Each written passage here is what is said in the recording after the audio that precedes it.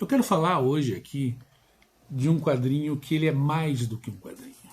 Um quadrinho que ele é um testemunho de um período da América Latina, um período muito violento da América Latina e que não deve ser esquecido, muito pelo contrário. Os envolvidos nessas questões aqui precisam ser, os que ainda estão vivos, julgados, encontrados e presos e cumprirem pelos seus crimes. Estou falando das ditaduras que aconteceram na América Latina nos anos 1960, 70 e 80, incluindo o Brasil, mas aqui especificamente a Argentina. Estou falando de O Eternauta, mais especificamente O Eternauta segunda parte, quadrinho publicado pela editora Pipoca Nanquim. Pelo que eu sei, essa segunda parte aqui não chegou a sair no Brasil anteriormente, posso estar errado, mas acredito que não, porém agora sai aqui pela Pipoca Nanquim, mantendo o mesmo projeto gráfico do Eternauta clássico que a editora lançou em 2024. Então vem com uma luva protetora, onde a gente tem aqui o resumo da obra, e o quadrinho vem nesse formato grande, capa dura, com o padrão editorial e gráfico que a gente se acostumou a encontrar nos livros da Pipoca Nanquim. A tradução aqui foi da Letícia Ribeiro Carvalho, e é o seguinte: esse material foi publicado entre 1976 e 1978. O Hector G. Oesterheld, ele sumiu em 1977, se não me engano, junto com as suas 4 filhas. Eles foram sumidos pela ditadura militar argentina porque eram opositores da ditadura militar argentina. Então o Eternauta da segunda parte ele funciona como um testamento involuntário do Oesterheld, e ele tem uma coisa, porque ele começa como uma história de ficção, ele acaba como um testemunho de uma realidade muito triste daquela época. O Oesterheld foi assassinado pela ditadura, assim como a sua família. A gente tem aqui a continuação de O Eternauta, e tem o próprio Oesterheld como personagem, que vai atrás e vai encontrar o Juan Salvo, que é o personagem principal de O Eternauta, vai contar as suas lembranças para o Juan Salvo, e juntos eles embarcam numa outra distopia aqui, digamos assim, nessa continuação de O Eternauta. É um quadrinho onde a gente encontra o Juan Salvo com mais pés no chão, mais desiludido, mais disposto a fazer certas coisas aqui, a tomar certas decisões e a abrir mão de certas decisões, que abrir mão de aspectos aqui que geram consequências muito dolorosas, sabe? Então é um quadrinho visceral em vários sentidos, começando não só pelo roteiro do Oesterheld, mas principalmente a arte do Solano Lopes.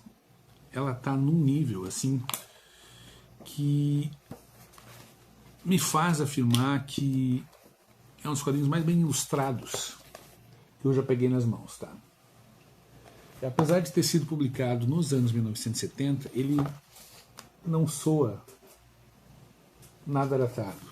O traço pode soar um pouco ultrapassado, assim, mas, cara, as expressões dos personagens, a forma como o Solano Lopes consegue criar a desilusão que vai tomando conta dos personagens aqui é muito, muito, muito impactante. E o roteiro do Oesterheld é um roteiro político, essa metáfora das pessoas lutando contra os mãos e os eles, que é uma metáfora sobre a ditadura militar, já usada em O Eternauta, que fica ainda mais contundente, no sentido de o próprio autor fazer parte da narrativa, mas não só isso.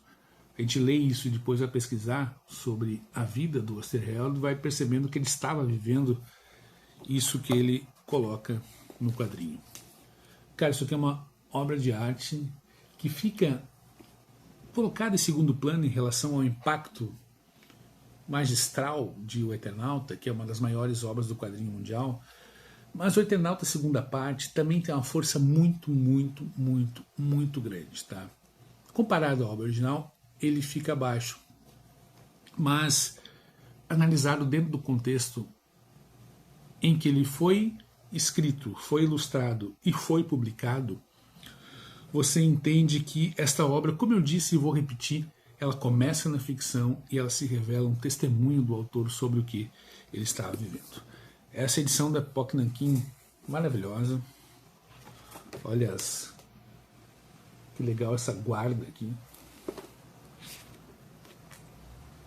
E isto aqui, esse tom vermelho, não tem nada a ver uma coisa com a outra, mas me lembra um pouco de Stranger Things, né? E, cara, olha o traço.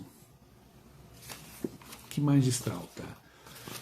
O material ainda inclui textos introdutórios.